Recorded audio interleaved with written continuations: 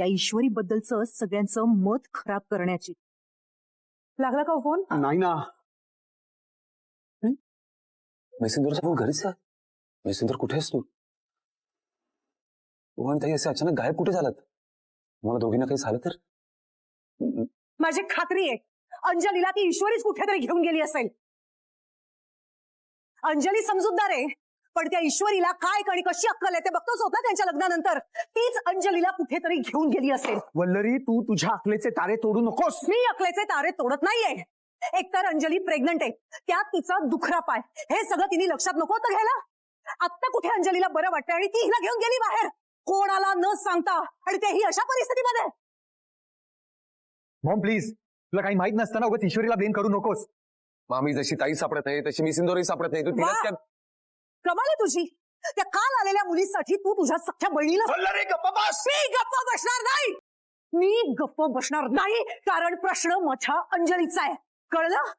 तिच्या पोटात बाळ आहे, तिची काळजी घ्यायला हवी हे मी नाही, डॉक्टरांनी सांगितलंय.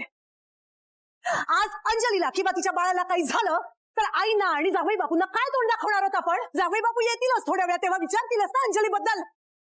खरं तर जावई बापू असते तर असं काही घडलंच नसतं. एक मिनिट वल्लरी, जावई बापू कुठे गेलेत म्हणालीस? ते काल रात्रीपासूनच बाहेर आहेत. मामा काल ताई म्हणत होती की ते घरी येणार नाहीत म्हणून. हो ना, म्हणजे ते आल्यानंतर त्यांना काहीतरी उत्तर द्यावं लागणारच आहे ना आपल्याला.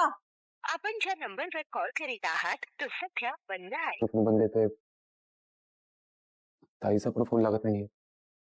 शांतो, असं रागराग करून काय होणार आहे? मग काय करायचं मामा? मिसिंग कंप्लेंट पण फाईल करू शकत नाही आपण. 24 आवर्स कंप्लीट व्हावे लागतात. आता काय करायचं? 24 तासांची वाट बघत बसायची इथे?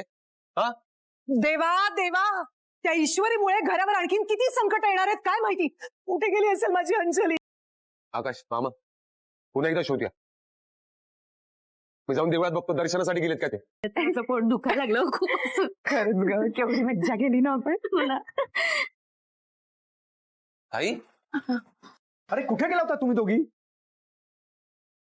आम्ही आता तुम्हालाच शोधायला निघालो होतो. निदान सांगून तरी जायचं ना बाहेर.